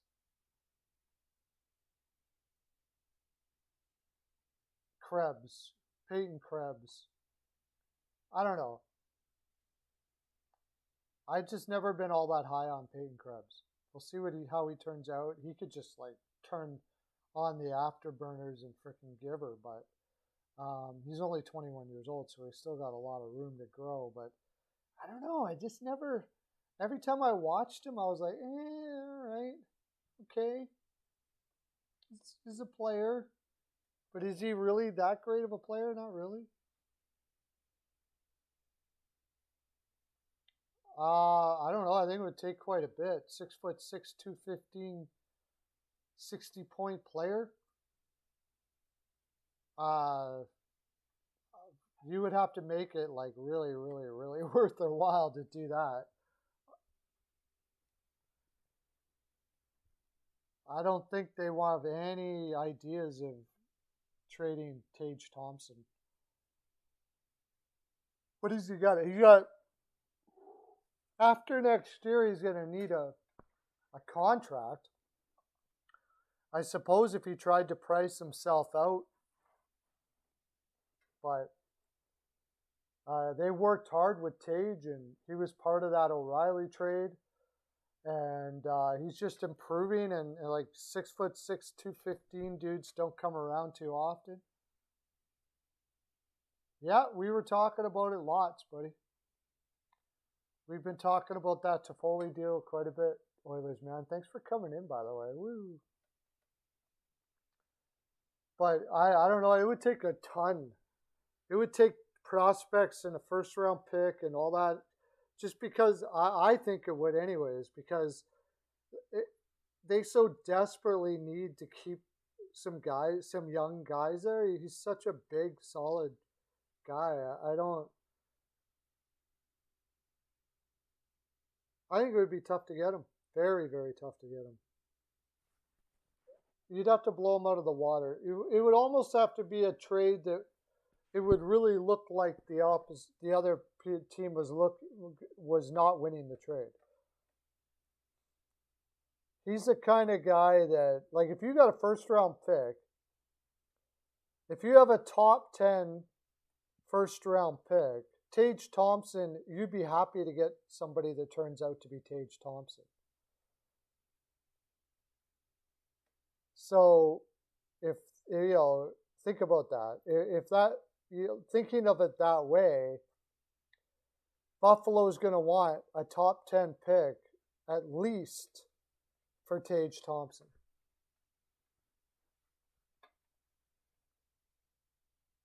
And even then, they already have Tage Thompson, and they don't want to be rebuilding forever and ever and ever. So probably not even that would do it. It would probably be an overpay considering the value it would be to the opposition's team rather than theirs. Like it would have to be Detroit Red Wings offer this year's first because they desperately could use a Tage Thompson there. Big guy like that up the middle that can put up points. This year's first and what do they need there? If they lose Tage Thompson, they need another center back, too. So yeah, it would be a very difficult trade. I don't think it would work out. Not going to take Rasmussen.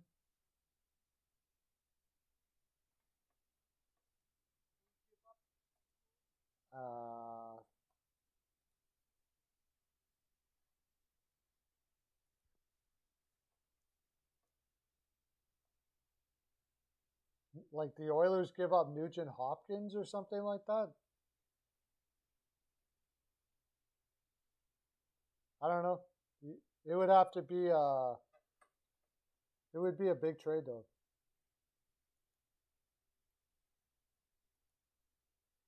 They're not gonna like Pius Suter. They don't care about Pius Suter. You could throw Pius Suter in there just so they have a second line center, but the first round pick and whatever. But even then, I wouldn't do it. Like I wouldn't do it. You already got him, so you're gonna have to give me a lot. You'd have to give me a lot to get rid of it. Tell me, give me a deal.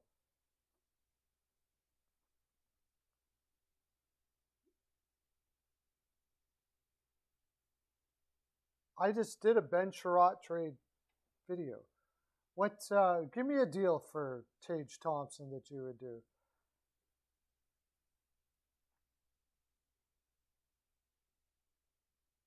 Like I really honestly can't think of well, I just did Detroit. I'd have to go down the list, but it would almost have to be a deal where I get a better center and I'll give you a package back that includes Tage Thompson.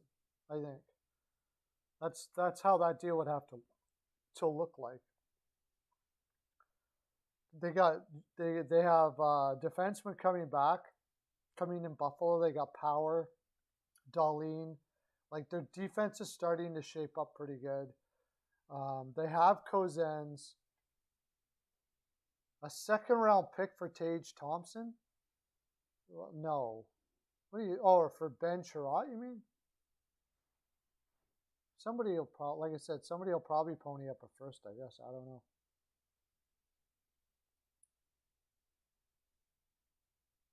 I don't know. I thought Toffoli was going to bring in more than they did. You got nothing either? Yeah, exactly.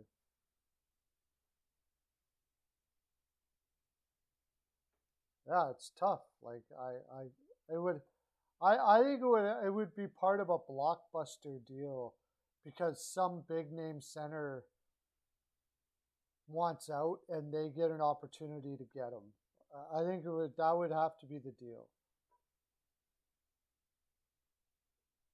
Like if the New York Rangers all of a sudden decided to trade Zibanejad, but I don't see that happening.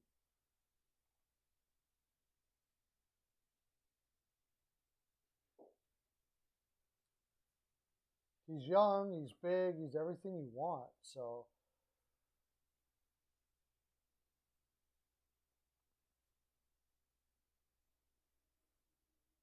yeah, I don't. Anyways, that's enough of that. I don't see a deal that makes sense. Sean Monahan? What about Sean Monahan? If you're saying Sean Monahan is part of the Buffalo deal, no. Yeah, I think Tage Thompson's pretty. Something with Scheifele, yeah, there has been talk about that, but I'm not buying it. Winnipeg has a difficult time finding players that want to stay in Winnipeg. So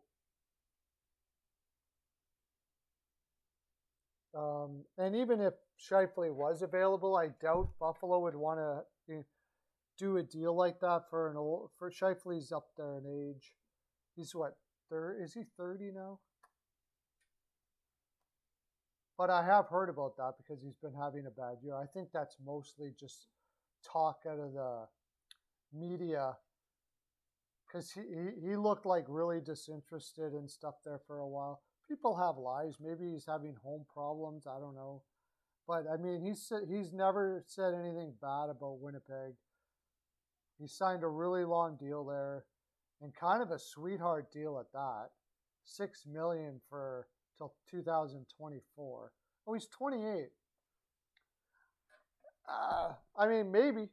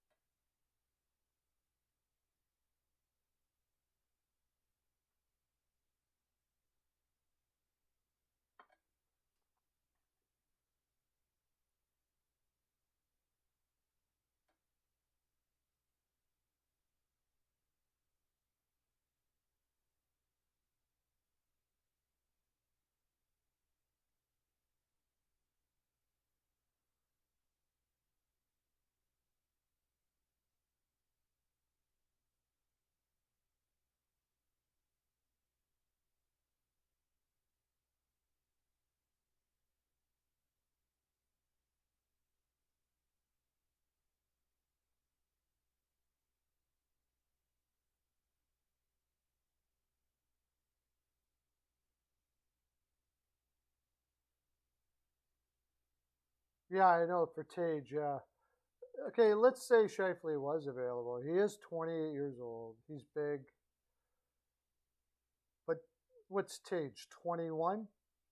He's going to need a new contract in 2 years. He'll be making, he'll want more than the $6 million he has for a long term.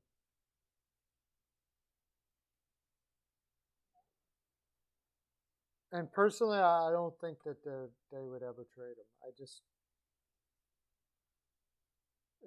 The Winnipeg just has too hard of a time finding guys that want to play in Winnipeg to go and trade, unless he has just said he wants to go. But I just don't see it. It would be a complete reverse for him. It would be a complete reverse for him to do that. It would be a reverse of everything he's ever said about being in Winnipeg. The fact that he signed that long contract to begin with, all of those sort of things like that. Like, I mean, I suppose I would entertain it if he was available if I was Buffalo, because he is a great leader. He's big, like he's a big guy. He puts up more points than maybe Tage ever will. You know, it would be something that I would definitely have to think about, but I just can't see him being available at all. I just can't see it.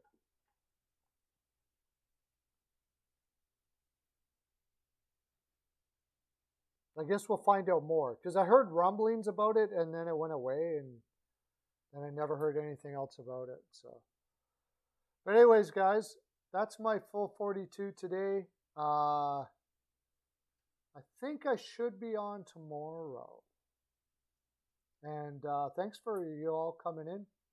All of you guys, it's awesome. Love having you. Come back. Hopefully we'll have a nice big trade happen again tomorrow. Thursday night, I think I'm going to be live streaming with Steele and Lance for the Hockey Writers Inc. I haven't got anything back. I asked some people what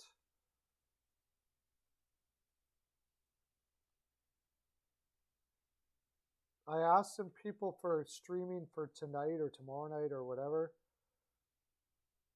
I may end up streaming tonight. Yeah, or tomorrow night. So be watching out for that. And Mark Brown, John Weichel, Lauren, who always comes in here, of course. Yeah, who else we got in here now? Everybody else is in the chat. Thanks for coming in. You guys are amazing. Talk to you later. Have a great day. Okay, bye.